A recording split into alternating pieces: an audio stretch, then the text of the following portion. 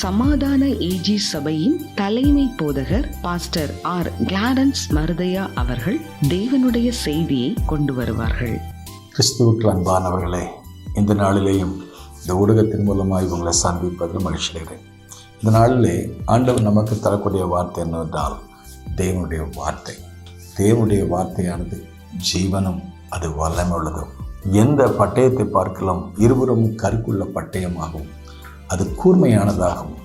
அது எலும்புகளையும் நினங்களையும் உருவத்தக்கதாக அவைகள் பலமுள்ளதாக இருக்கிறது என்று சொல்லி எபிரேயர் 4:12 வாசித்து பார்க்கிறோம். ஆண்டவர் சொன்னார், ஏசாயா 66:1-2 வாசித்து பார்க்கும் பொழுது, என் வசனத்திற்கு என் வார்த்தைக்கு நடுங்கிறவனை நான் நோக்கி பார்ப்பேன் என்று சொன்னார். ஏனென்றால் ஆதியிலே வார்த்தை இருந்தது, அந்த வார்த்தை தேவனிடத்திருந்தது, அந்த வார்த்தை நமக்கு மாம்சமாகி கிருபையினால சத்தியத்தின் இருந்தவராய் நமக்குள்ளே வாசம் பண்ணினார் என்று சொல்லி வாசித்து பார்க்கிறோம். தீர்க்கதரிசியாகிய எரேமியா சொல்லும்போது, தேவனுடைய வார்த்தை அது எனக்குள்ளே பற்றி பிடிக்கிற ஒரு அக்னியை போல என் எலும்புகளுக்கு ஊடாக அதை பற்றி பிடிக்கிறது என்று சொன்னார்.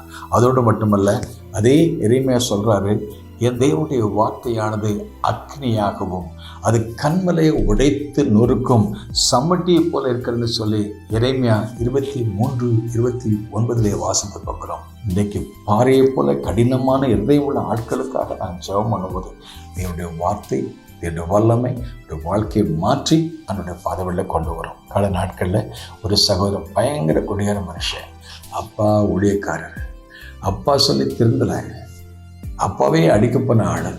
ஆனால் அவனுக்காக ஜெபம் பண்ண, ஆண்டவரே இவன் சொல்லியும் கேட்க மாட்டேன்றான், அவன் எப்பொழுதும் தன்னுடைய பலத்தில் தன்னுடைய பராக்கிரமத்தில் இருதயம் கடினமான நிலையில் இருக்கிற ஆண்டவரே எனக்காக ஜெபம் பண்ணுங்க. அப்பா ஊழியக்காரர் சொல்லி ஜெபம் பண்ண சொன்னாங்க.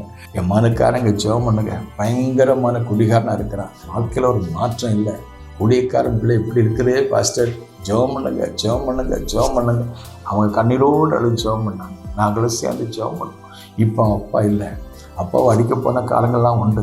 அப்படிப்பட்ட சமயத்தில் அப்பா வேதனைப்படும்போது சொல்லுவாங்க, வயசான காலத்தில் உங்கள் பிள்ளைங்க உங்களை பார்க்காட்டில் கவலைப்படாதீங்க பாஸ்டர், நான் உங்களுக்கு உதவி செய்து அந்த முதுமையான காலத்தில் என்னென்ன செய்யணுமோ அத்தனை நான் செய்கிறேன் அப்படின்னு சொன்னதை அவர் கேட்டார். ஒரு மகன் கேட்டான். அப்போது அவர் அப்பா மகன் சொன்னார், டேய் என்னை நீ அடிக்க வர்றேன் பாஸ்டர், எனக்கு முதுமையான காலத்தில் நான் படுத்துட்டா என்னை பார்க்க ஆடலைன்னு சொன்னேன், நான் பார்க்குறாருடா, அந்த மனுஷன் பார்க்குறாரு, உன் மனசு கல் மனசாக இருக்க, நீ மனம் மாறக்கூடாதா அப்படின்னு சொல்லி கண்ணீரோடு அழுது அவனுக்காக ஜெபித்த உண்டு. அவன் ஆயுசு காலத்துலேயும் அவன் மனம் திரும்பலை.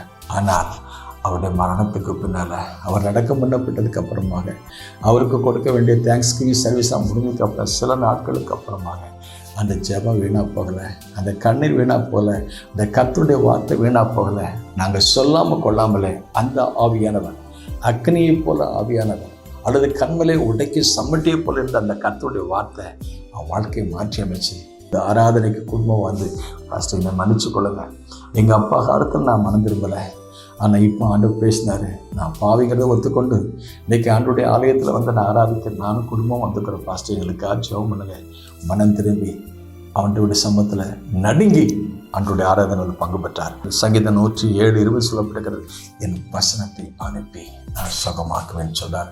ஆகவே அதோடு கூட மட்டும் அல்ல, ஏசாயா சொல்றாரு, என் வசனம் ஒரு நாள் வரும். அருமையான தேவனுடைய பிள்ளைகளை, கண்ணீரோடு இந்த கர்த்தருடைய வார்த்தை விதைக்கும். நிச்சயமாகவே அந்த வார்த்தை ஒரு நாள் வறுமையாக திரும்பாது. அது ஜனங்களை சந்திக்கும், ஜனங்களை ரட்சிக்கும், அபிஷேகிக்கும், விடுதலையாக்கும், அற்புதமான சுகத்தை கட்டளையிடும். கர்த்தருடைய நாம் மையப்படும். May God bless you.